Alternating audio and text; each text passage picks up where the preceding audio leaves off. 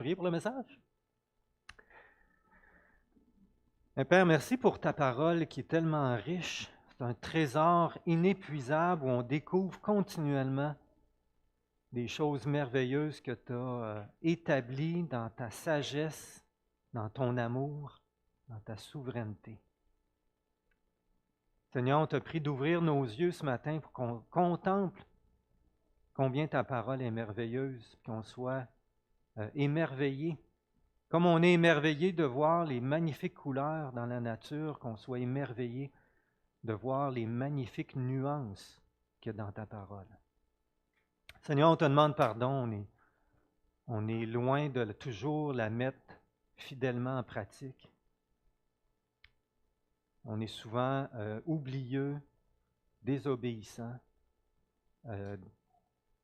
Seigneur, on te prie, merci de nous pardonner, puis on te prie de nous remplir ton Esprit Saint, que tu nous donnes l'intelligence pour saisir ce que tu veux nous enseigner par ta parole ce matin et surtout que tu nous conduises à mettre ça en pratique.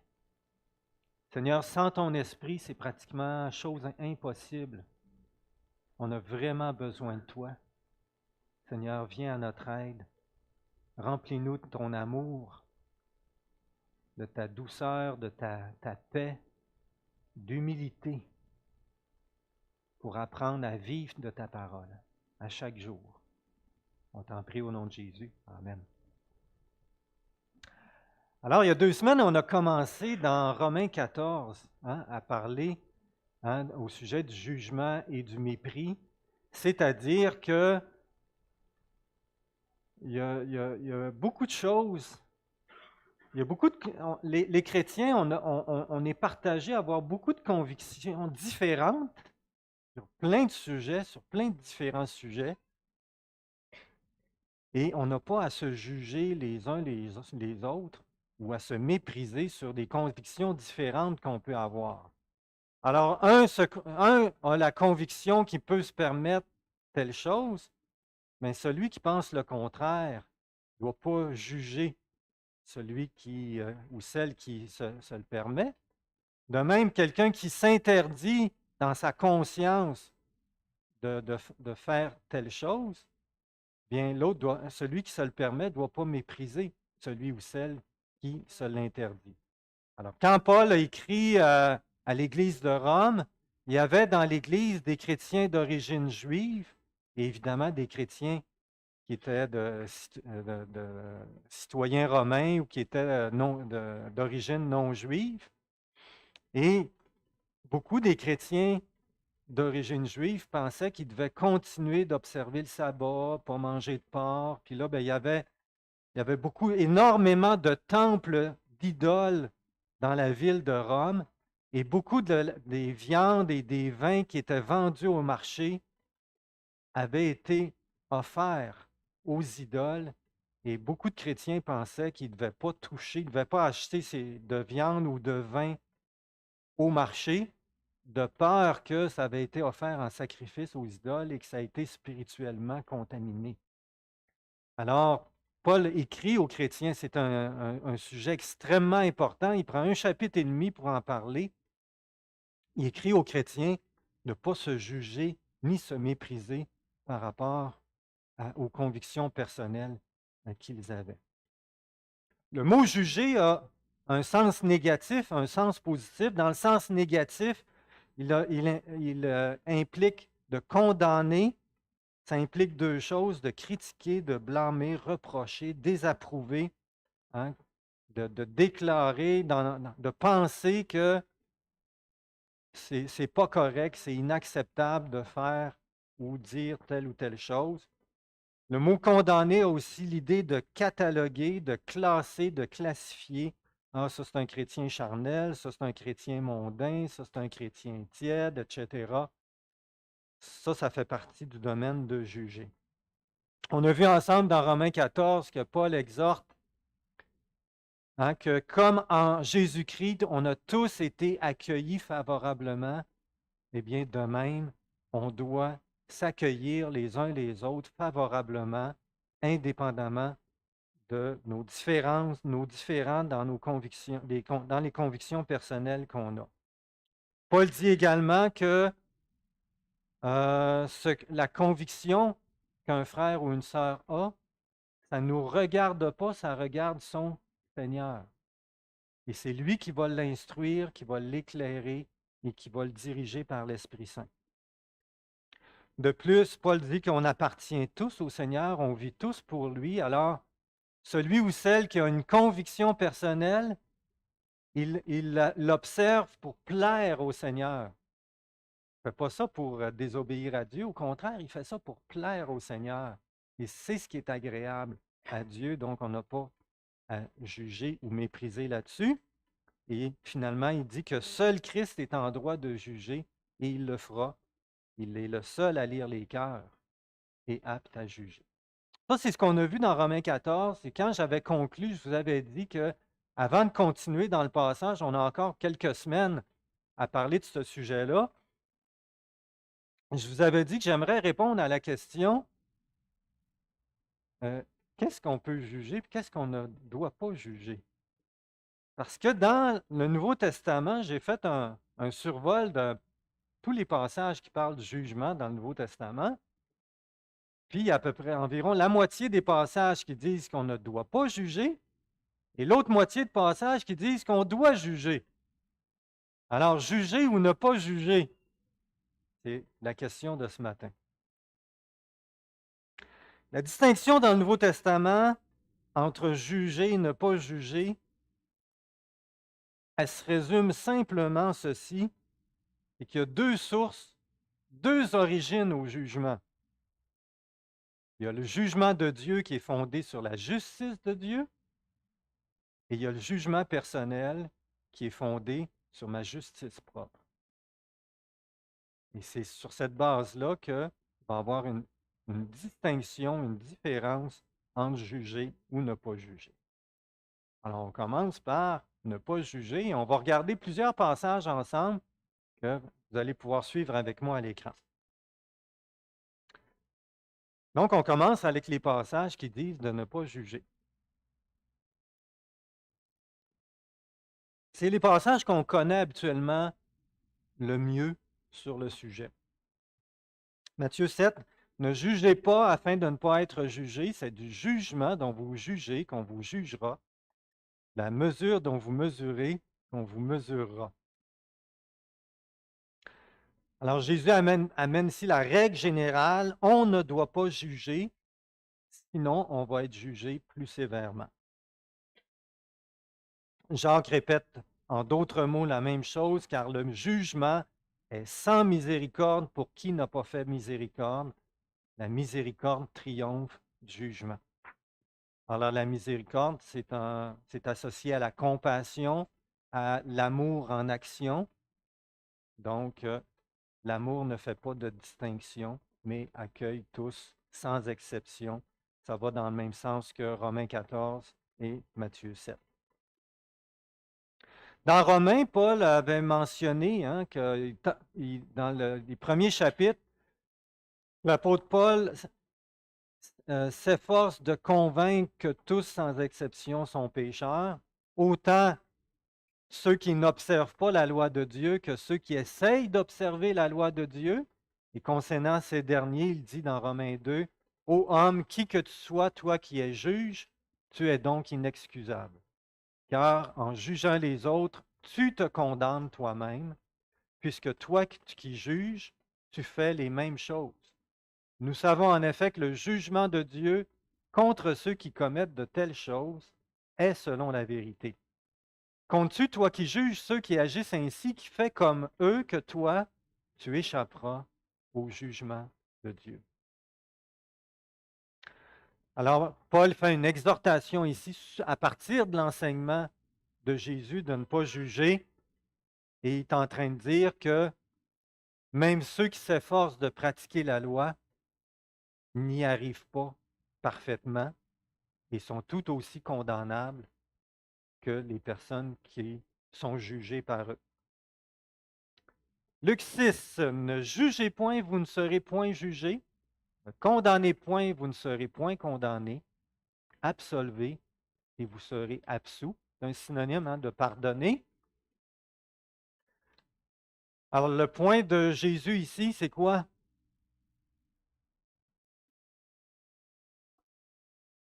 Le point ici, c'est la grâce. C'est d'exercer la grâce. Comme Dieu nous a fait grâce en Jésus-Christ, on doit manifester la même grâce. Donc, ne point juger, ne point condamner et pardonner. Jean 3,17, Dieu, en effet, n'a pas envoyé son Fils dans le monde pour juger le monde, mais pour que le monde soit sauvé par lui. Alors, Jésus est notre modèle. Jésus est venu pour le salut et il nous envoie pour le salut. Jean 8,15, vous jugez selon la chair, moi je ne juge personne.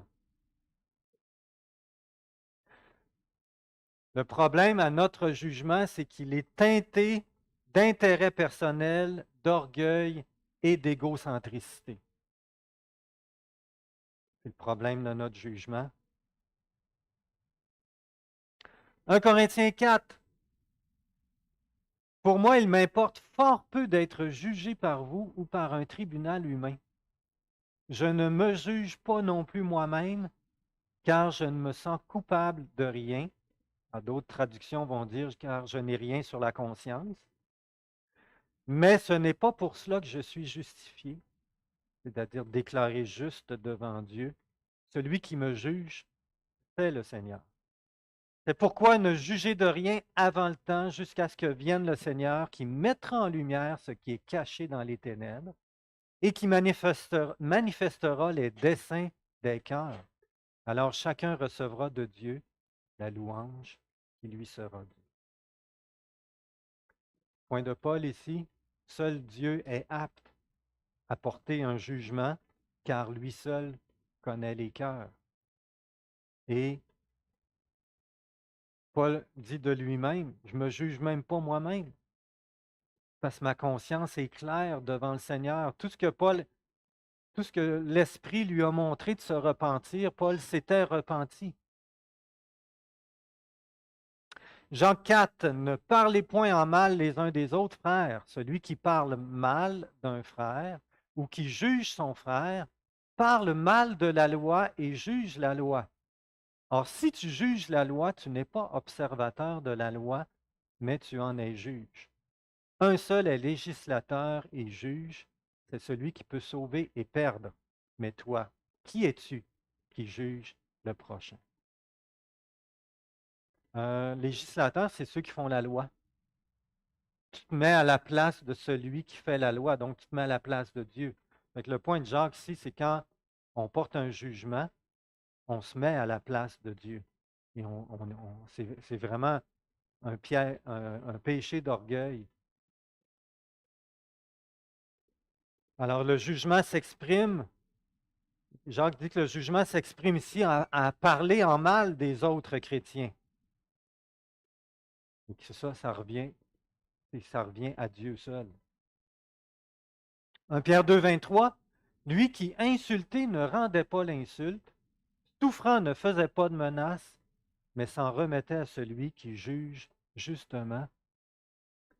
S'il y en a un qui aurait pu parler en mal de ce qui lui était fait, c'était bien Jésus, hein? Et qu'est-ce que Jésus a fait? Il n'a rien dit. Il n'a pas dit un mot. Hein? Pas d'insulte, pas de menace, pas parler en mal des autres. Qu'est-ce qu'il faisait? Il remettait la justice à Dieu. Quel modèle? Hein? Remettre la justice à Dieu. Exact. Ben oui. À la croix, il a dit, Père, pardonne-leur car ils ne savent pas ce qu'ils font. Exact. Oui, à ce sujet-là, c'est les seuls mots qu'il a dit. Merci, Marco. Finalement, Colossiens 2,16, ainsi donc que personne ne vous juge à propos de ce que vous mangez et buvez, ou pour une question de fête, de nouvelle lune ou de sabbat. C'est un texte parallèle à Romains 14 qu'on a vu ensemble, que par rapport à des convictions personnelles, on n'a pas à porter de jugement.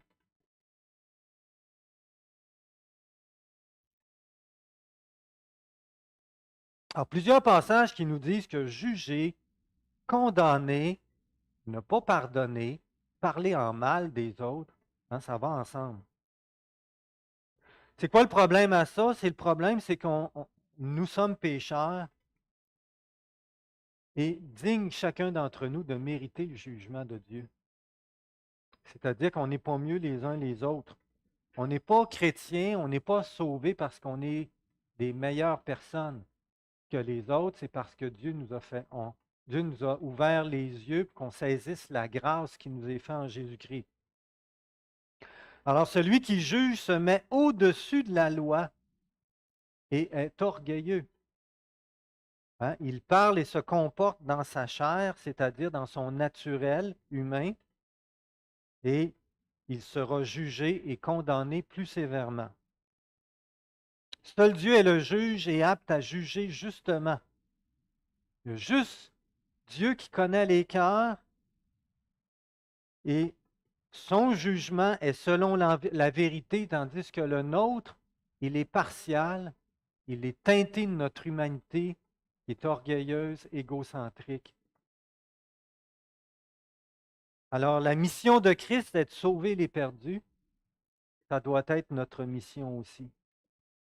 Christ ne juge personne. Il dit que l'amour, la compassion, la miséricorde surmonte le jugement. Et comme chrétien, on ne doit pas juger les convictions personnelles des uns et des autres. On continue maintenant avec juger. Qu'est-ce qu'on doit juger comme chrétien? Alors, regardons encore quelques passages. Ah, il y en a un ici, Jean 5,30. Moi, je ne peux rien faire par moi-même, selon ce que j'entends, je juge, et mon jugement est juste, parce que je ne cherche pas ma volonté, mais la volonté de celui qui m'a envoyé. Alors, Jésus dit que son jugement est juste, parce que ce qui est prioritaire dans sa vie, c'est de faire la volonté de son Père. Et il fait ce que son Père lui dit de faire. Jean 7, 24. Ne jugez pas selon l'apparence, mais jugez selon un juste jugement. Alors, on a déjà vu tantôt que le jugement est que seul Dieu connaît les cœurs et est apte à juger, tandis que nous, bien, on juge selon l'apparence.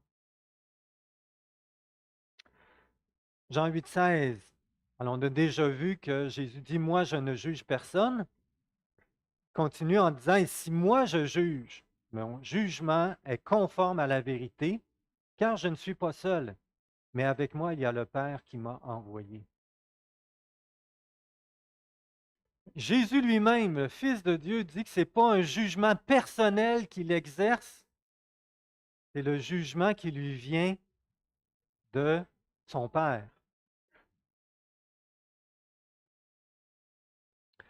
Hébreux 4, 12 nous dit, car la parole de Dieu est vivante et efficace, plus acérée qu'aucune épée à double tranchant.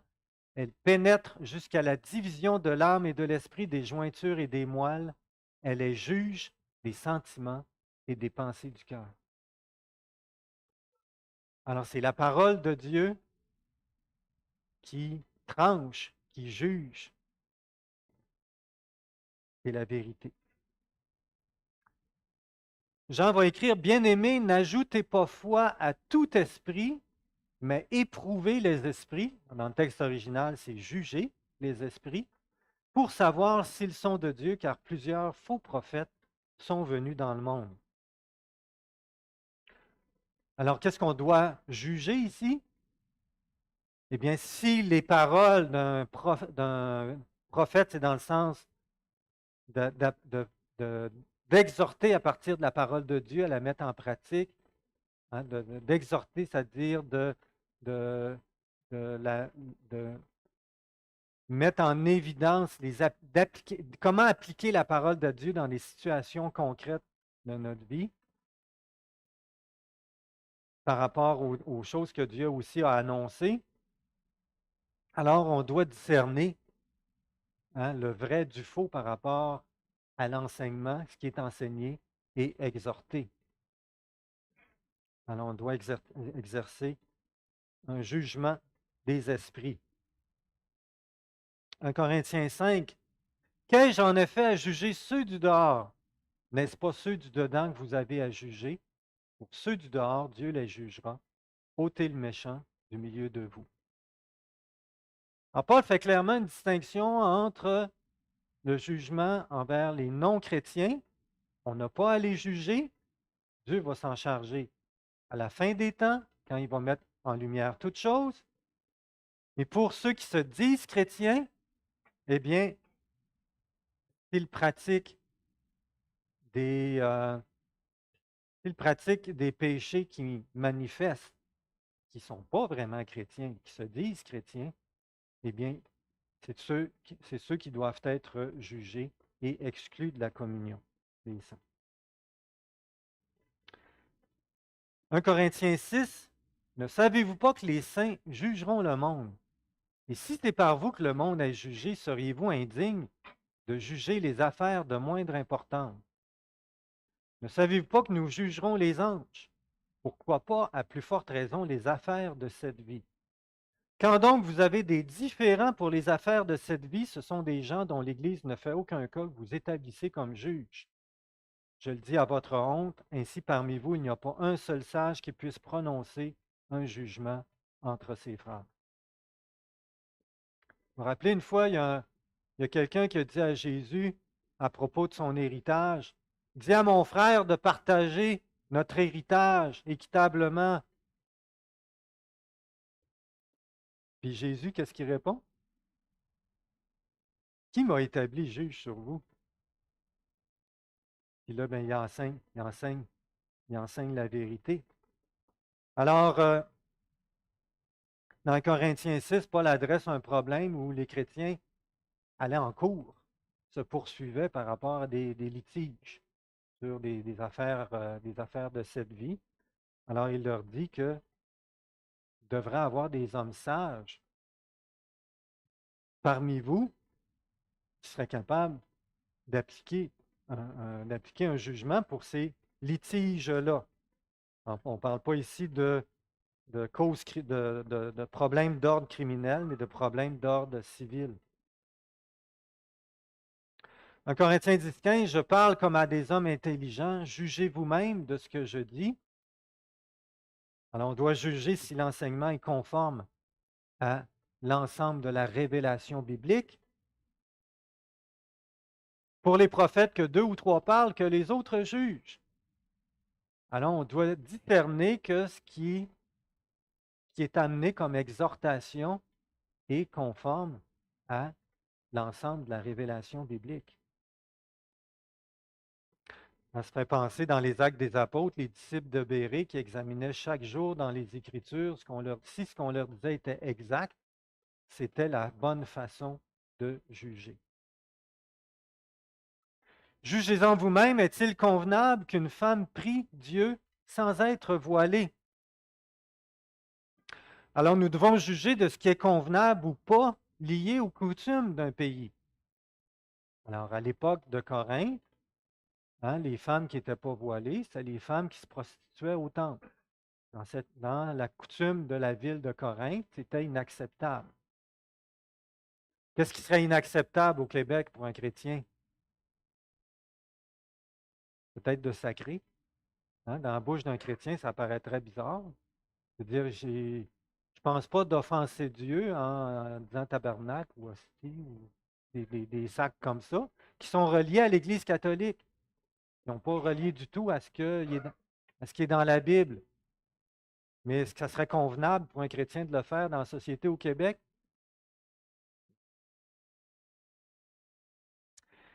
Galates 6.3, si quelqu'un pense être quelque chose alors qu'il n'est rien, il s'illusionne lui-même. Juste pour souligner l'importance d'exercer tout jugement avec humilité. Dans Timothée 5, 24, les péchés de certains hommes sont manifestes même avant qu'on les juge chez d'autres. Ils ne se découvrent qu'après coup. Le contexte, c'est celui des anciens, c'est-à-dire des responsables d'Église, doivent être jugés pour savoir s'ils répondent aux critères bibliques afin de prendre une charge. Donc, on doit juger s'ils répondent à ces critères ou pas. 1 Pierre. Mais si quelqu'un souffre comme chrétien, qu'il n'en ait point honte et que plutôt il glorifie Dieu à cause de ce nom, car c'est le moment où le jugement va commencer par la maison de Dieu. Or, si c'est par nous qu'il débute, quelle sera la fin de ceux qui n'obéissent pas à l'Évangile de Dieu? C'est spécial comme passage parce que Paul parle des chrétiens qui souffrent des persécutions de la part des non-chrétiens et Paul associe ça à une expression du jugement de Dieu envers l'Église. Les persécutions contre les chrétiens seraient ici une expression du jugement de Dieu. On lit dans 1 Corinthiens 11, 32, mais quand nous sommes jugés, alors dans 1 Corinthiens 11, Paul parle qu'il y avait plusieurs qui étaient malades, certains étaient décédés. C'est le Seigneur qui nous corrige afin que nous ne soyons pas condamnés avec le monde. Donc les chrétiens n'auront pas part au jugement, à la condamnation, au jugement dernier, mais ils ont part à la correction du Seigneur en ce monde. C'est ce que nous dit Hébreux 12, ou encore c'est un contexte où les chrétiens souffraient à cause des persécutions. Et là, l'auteur dit, supporter la correction, c'est comme des fils que Dieu vous traite. Quel est le fils qu'un père ne corrige pas? Il y a donc un jugement de la part de Dieu envers les chrétiens qui désobéissent à Dieu, un jugement sous forme de correction. Alors, je vous réfère à Hébreux 12 pour plus de détails, là, parce que c'est juste des extraits de passage qu'on regarde ensemble ce matin. Donc, un juste jugement est selon la volonté du Père et toujours selon sa vérité. Hein, c'est fondé sur la parole de Dieu qui met en lumière les cœurs. C'est la parole et l'esprit qui mettent en lumière les cœurs. Les chrétiens doivent exercer le jugement de Dieu envers ceux et celles qui se disent chrétiens et ne se repentent pas de péchés graves et doivent les exclure de la communion. Maintenant, quand ils le font, ils doivent le faire avec compassion et humilité, avec le fruit de l'esprit. On a vu aussi que les anciens, avant d'être nommés, doivent être jugés s'ils sont irréprochables. Les hommes sages doivent aussi être en mesure de prononcer un jugement sur des différends entre chrétiens sur des affaires de cette vie. Les chrétiens doivent aussi exercer un jugement sur la parole qui est déclarée, si elle est conforme ou non avec la parole de Dieu, et juger s'il s'agit de faux prophètes ou de faux enseignants, faux docteurs. Finalement, Dieu permet la souffrance des chrétiens. C'est une partie du jugement de Dieu sur sa maison. Dans ces différents passages, il y a une différence notable dans l'exercice du jugement s'il s'agit des non-chrétiens ou des chrétiens. Alors, envers les non-chrétiens, bien notre modèle, c'est le Seigneur Jésus-Christ. Hein, il dit clairement à plusieurs reprises qu'il est venu non pour juger, mais pour sauver. Alors, pourquoi? Bien parce que on est tous dans la même catégorie. Dans Romains 3, Paul dit qu'il n'y a pas de juste, pas même un seul. Il n'y a aucun qui fasse le bien, pas même un seul. Il faut comprendre que ce n'est pas qu'il n'y a personne qui fait du bien, c'est qu'il n'y a personne qui ne fait que le bien. Finalement, il dit que le monde entier, afin que la loi ait été donnée afin que le monde entier soit reconnu coupable devant Dieu Et finalement, il conclut en disant que tous ont péché et sont privés de la gloire de Dieu. Alors, on n'a pas à juger les non-chrétiens parce qu'on était tous dans le même bateau et qu'on mérite, on était tous déclarés ennemis de Dieu, sous le jugement de Dieu, et on méritait tous la condamnation éternelle. Et si on est chrétien, on se dit sauvé, c'est uniquement en vertu de la grâce de Dieu, pas à cause de nos mérites, pas parce qu'on est meilleur que les autres. Alors, quand on porte un jugement, on est en train de dire que je me pense meilleur, alors qu'on ne l'est pas du tout, que Dieu lit véritablement les cœurs et lui seul est apte à juger. Quand on était en France, on était allé évangéliser, j'étais tout jeune chrétien, puis Joanne avait conduit une dame au Seigneur. Et elle nous a invités à souper, puis son mari était vraiment difficile, vraiment, vraiment difficile. Il prenait un coup, il était violent. Et là, ils nous reçoivent à souper, et il a vraiment été grossier toute la soirée. Puis moi puis ma femme, je posais des questions. On était là pour, je voulais apprendre à les connaître. Puis je posais des questions sur sa vie, qu'est-ce qu'il avait vécu, son enfance, puis tout ça. Oh, son enfance, là, c'était comparable à Aurore, l'enfant martyr, là, le genre, là. C'est à peu près le genre, là. J'en revenais pas, là. C'est-à-dire, ceux qui ne connaissent pas l'histoire d'Aurore, l'enfant martyr, c'était horrible. C'était horrible. Et je lui ai dit à la fin de la soirée, j'ai dit, sais-tu, si j'avais vécu ce que tu as vécu, ben, probablement que je serais comme toi aujourd'hui. Sa femme nous a dit plus tard qu'il avait fait par exprès pour se montrer sur son plus mauvais jour parce qu'il voulait nous tester. Il voulait savoir si on allait le juger et le condamner ou si on allait l'accepter comme il était. Et à partir de ce moment-là, il nous a dit, vous pouvez revenir chez moi n'importe quand, la porte est toujours ouverte. Fait que ça, c'est un exemple de la grâce de Dieu, qu'est-ce qu'elle peut faire. Mais même ça, j'étais tout jeune chrétien à l'époque, même ça fait longtemps qu'on est chrétien, mais il ne faut pas oublier ce qu'on était avant. Puis que si dans sa grâce, Dieu a permis qu'on a eu une bonne famille, on a été bien traités, mais que ça n'a pas été le cas pour tout le monde. Puis qu'on ne peut pas se mettre dans les souliers. On n'a pas on doit, c'est-à-dire, tenter de se mettre dans les souliers de ce que les autres ont vécu. Alors, on n'a aucun mérite. On n'a aucun mérite. Puis si on se permet de juger certaines personnes,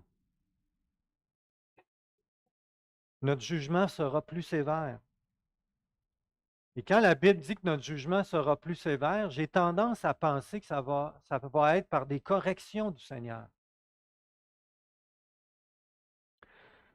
Pas ça. Oui, ça c'est ça. OK, oui, j'ai mis une citation de G.D. Greer qui dit ici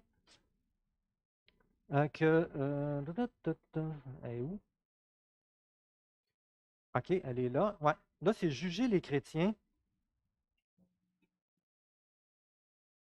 Excusez. C'est ça qui fait défaut. Voilà.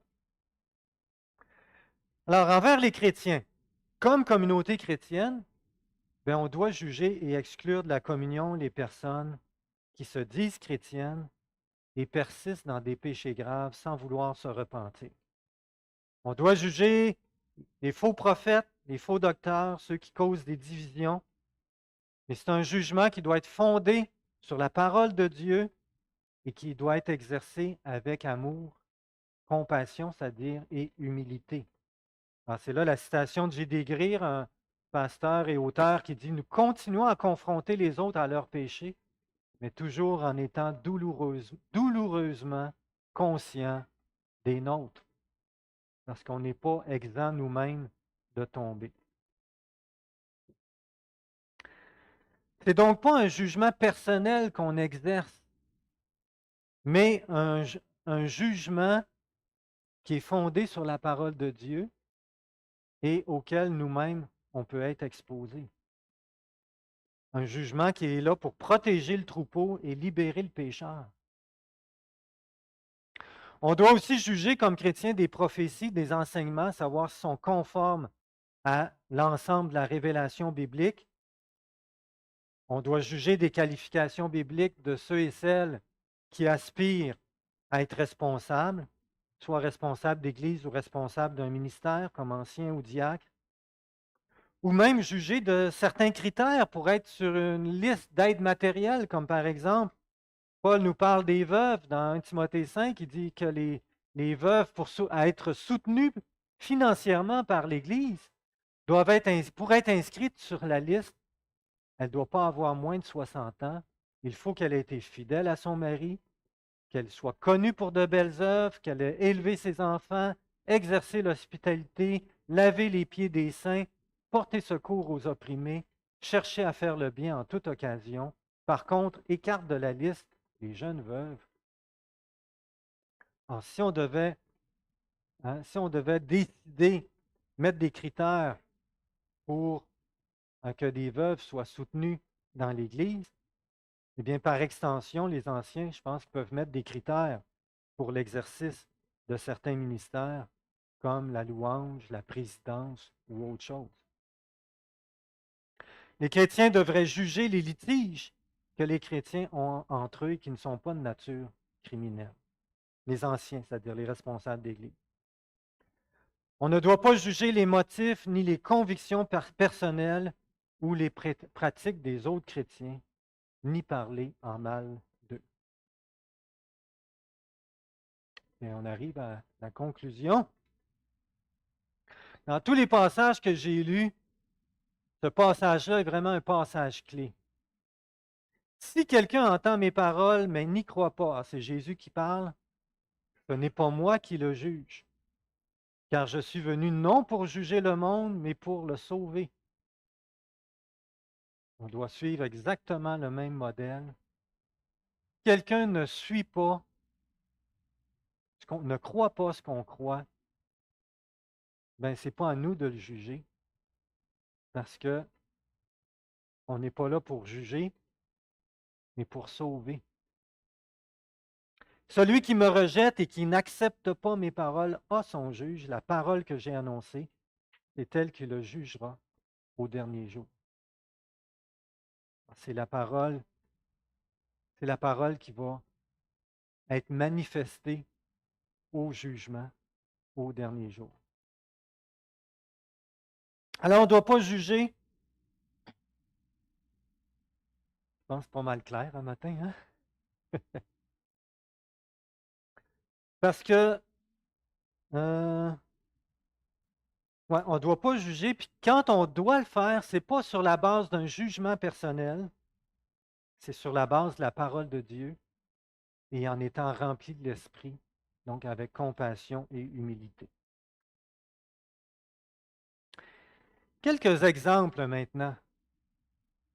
Alors, je vous demande de me dire, est-ce qu'on doit juger ou ne pas juger? Comme par exemple, un couple d'homosexuels non chrétiens viennent à l'Assemblée, visitent notre Assemblée. Juger ou pas juger? Ah non, pas juger. OK, vous allez manger avec eux au restaurant, puis vous apprenez qu'il y en a un qui se déclare chrétien né de nouveau. Est-ce que, comme s'il se déclare chrétien né de nouveau, est-ce qu'on aura, peut-être pas tout de suite, là, mais est-ce qu'on aura à exercer un jugement ou pas comme assemblée? Oui, oui. Hein? Dépendant.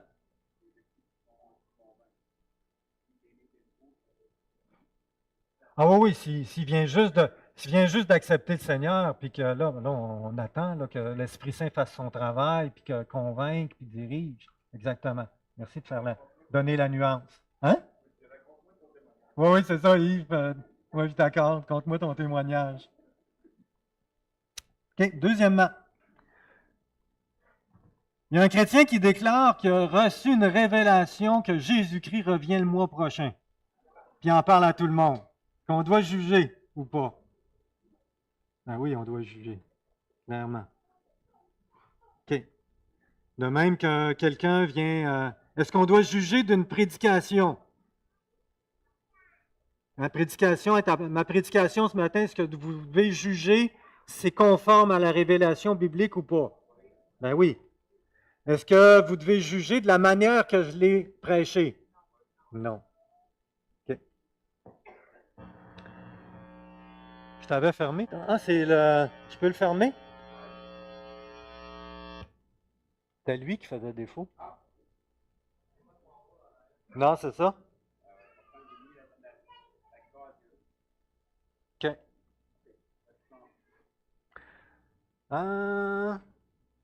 OK. Un chrétien croit que Dieu lui demande de s'abstenir de tout alcool. Est-ce qu'on doit juger ou pas juger? Pas juger. Il croit qu'il doit observer le sabbat. On juge ou on ne juge pas? On ne juge pas. Il croit que le sabbat, c'est le dimanche. On juge ou on ne juge pas? On ne juge pas. Plus délicat maintenant. Un chrétien qui fume la cigarette.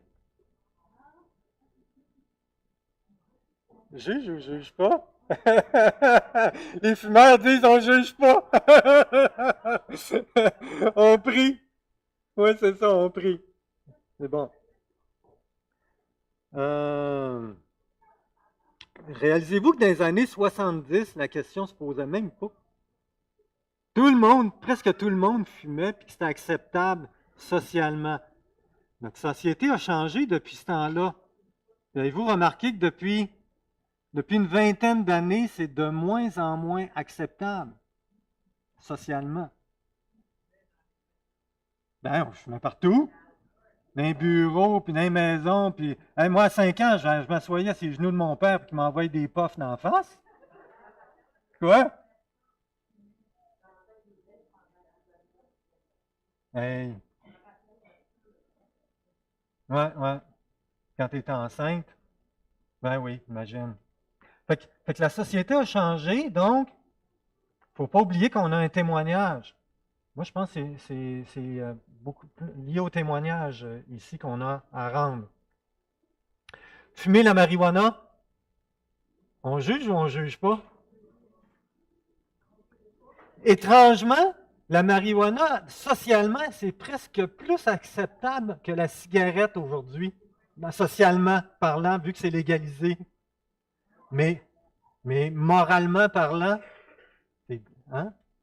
Bonne question, hein? OK. C'est une personne qui est en douleur chronique, ça lui permet de diminuer sa médication qui a des méchants effets secondaires. On juge ou on ne juge pas? Si c'est par accoutumance, puis qu'elle n'en a pas vraiment besoin, c'est une autre question. Hein? Oui, comme dans le cas médical. Oui, c'est ça. Okay. Quelqu'un qui regarde la pornographie, on juge ou on ne juge pas? Okay. Mais quand on juge, c'est qu'on suit on remet la justice à Dieu, puis on exhorte la personne avec humilité, avec amour, avec douceur, puis on lui laisse du temps pour se repentir. Quand Jésus il dit à Jézabel, faux prophète, dans l'église de Thyatire, je ne suis pas sûr, quand il dit, je lui ai donné du temps pour se repentir. Fait qu'on peut donner du temps aux gens de rentrer en eux-mêmes, que le Saint-Esprit fasse sa conviction, travail de conviction, que la personne se repente. Comment? On ne juge pas. C'est un non-chrétien, on ne juge pas. Du tout. Merci de le spécifier. Avez-vous d'autres exemples? Pas sûr, Robert, vas-tu le dire? Je ne le dis pas. Hmm.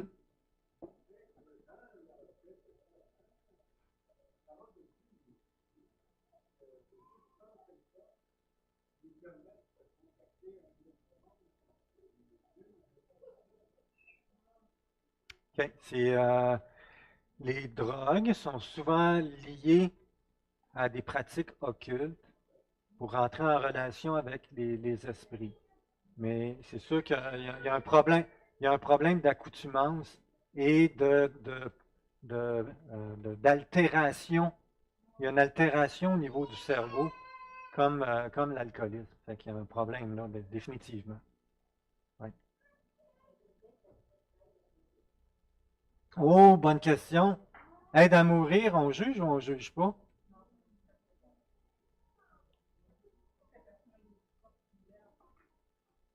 Et ça, je pense que ça va être le sujet d'une prédication, ça. Il va falloir que j'aborde le sujet parce que j'ai pas l'impression que c'est clair pour l'Assemblée. Qu'est-ce qu'on devrait penser par rapport à ça? Je prends note, puis tout de suite après Romains 14, j'aborde le sujet. Oui, Michel,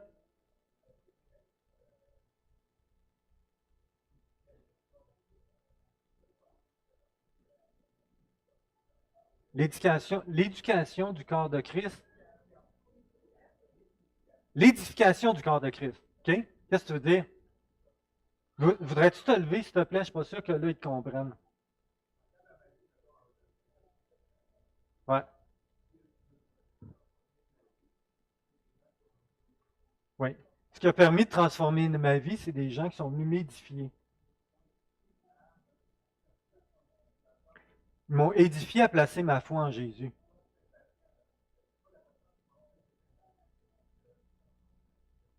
Mettons, je suis impatient, c'est pas la personne qui vient de me voir, me dit je suis impatient, qui va me transformer.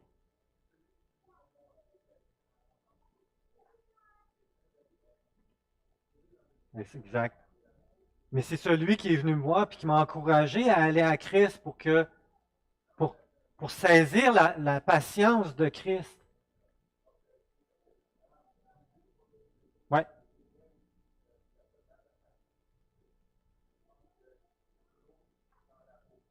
ouais. Donc, juger, oui, mais dans l'amour, puis tout le temps en édifiant, saisir la grâce de Christ. Merci de nous le rappeler, Michel. C'est tellement, tellement important, essentiel. Oui, Hélène?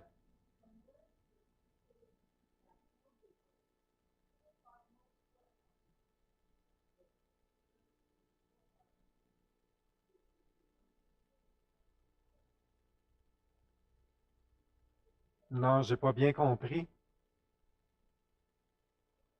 J'ai- Quand tu vois quelqu'un qui fait pas le bien. Mettons, tu écoutes les nouvelles, là, c'est rien que de ça qu'on a. Là. Ouais, OK, continue.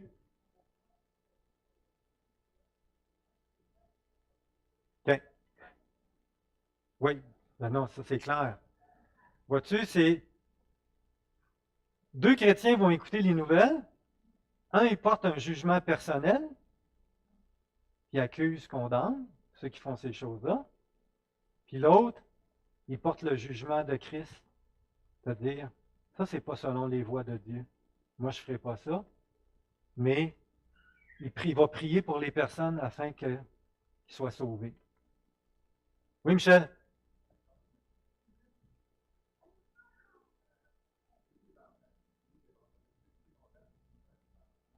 Fait que Michel s'est occupé longtemps du ministère des enfants ici.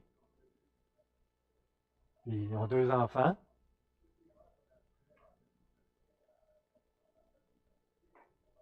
Ah oui, une erreur qu'ils ont faite, quand un enfant ment, ouais,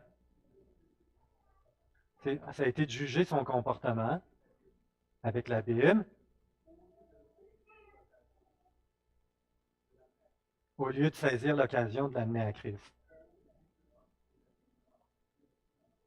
pour qu'il puisse trouver la délivrance et la vie en abondance en Christ.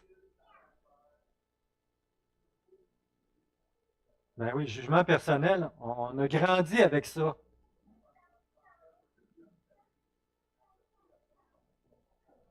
J'encourage aucune jeune famille à essayer de transformer le comportement de leurs jeunes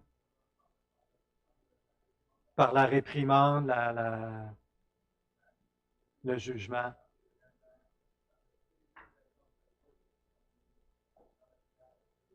mais de saisir l'occasion à chaque fois d'aller dans la prière avec eux pour qu'ils saisissent la grâce.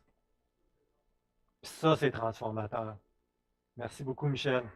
Vraiment essentiel ce qu'il dit là, hein, de saisir comment est-ce que on voit qu'il y a quelque chose qui est fait pas correct. Comment est-ce on va réagir? Comment est-ce qu'on va intervenir? On le fait avec notre jugement personnel ou on le fait avec la vérité dans la grâce. C'est un ou c'est l'autre. Puis notre premier réflexe, c'est presque toujours le jugement personnel. Presque tout le temps. À moins d'être vraiment rempli de l'esprit puis transformé depuis longtemps, là. Fait qu'on doit vraiment nous condamner nous-mêmes dans notre jugement personnel, de non, ça, c'est pas correct. L'évangile, la grâce, c'est de sauver, puis de conduire à Christ. C'est Christ qui transforme. C'est pas en mettant de la pression pour que la personne, elle se conforme. Plus on met de la pression, plus on a des gens qui se conforment et qui ne sont pas transformés. C'est comme ça qu'on fait des chrétiens hypocrites. Puis beaucoup d'entre nous, on a passé par là. C'est pas ça qu'on doit reproduire.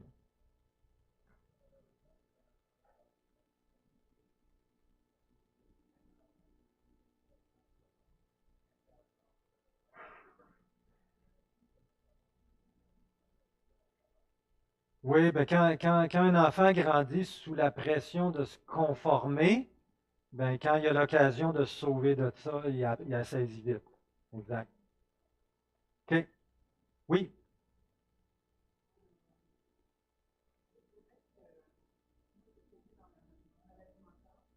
OK. Ben, ben oui, je comprends. La parole dit, mon peuple périt par manque de connaissance.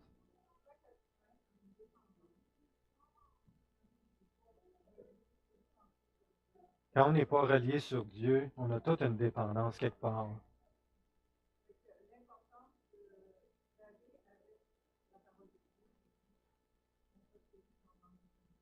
Ouais. L'importance d'aller avec la parole de Dieu. Les chrétiens, on n'est pas à part de ça. Ouais. Ouais. Ouais. Ouais. Il ne faut pas oublier que les commandements de Dieu nous donnent des barres, des outils pour exercer un jugement personnel sur les autres. Tandis que la grâce de Dieu nous aide nous-mêmes à aller à Christ pour être libérés du jugement de la loi et nous aide et contribue à ce que Dieu se serve de nous pour aider les autres eux-mêmes à aller à Christ pour qu'eux aussi saisissent la grâce. Alors, Jésus a dit, vous connaîtrez la vérité vous rendra libre. La vérité qui nous rend libre, c'est l'Évangile, c'est la grâce qu'on a en Jésus-Christ. Vraiment important de se rappeler ce qu'on a vu dans Romains 7, c'est essentiel. Je dois conclure parce qu'on va passer au repas du Seigneur. Ça va, Edgar? Je dois conclure, Edgar. On doit passer au repas du Seigneur. On a eu beaucoup de versets à matin. OK, je dois conclure, Edgar. Je m'excuse. Oui. OK, vas-y, dis-le vite, vite. Oui.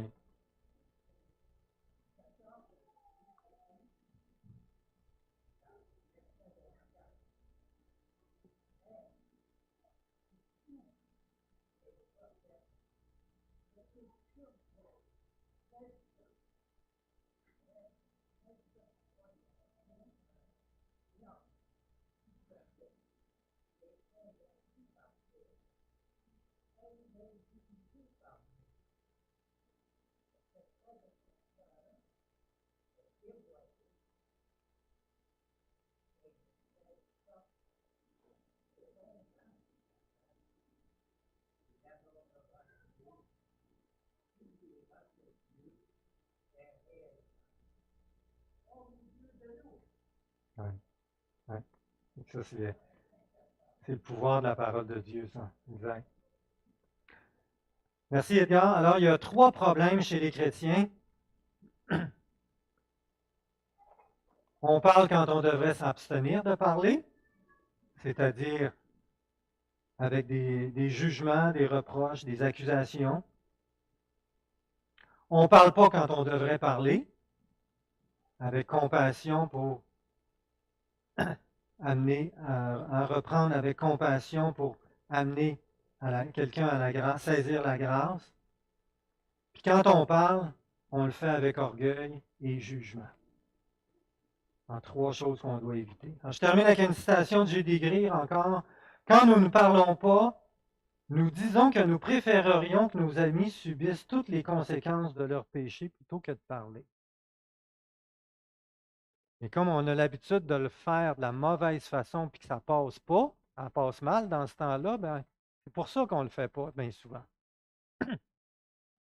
Si on le faisait de la bonne façon, déjà ça irait mieux. Où seriez-vous si d'autres n'avaient pas eu le courage de vous dire des vérités difficiles? Il y a des personnes qui sont venues nous parler, ça a eu tout un impact dans nos vies. Il y a ici, hein? C'est de l'amour. Il y a ici un équilibre entre la grâce et la vérité. Ne jugez donc pas les autres en leur cachant la vérité, mais ne les jugez pas non plus en leur disant la vérité sans grâce.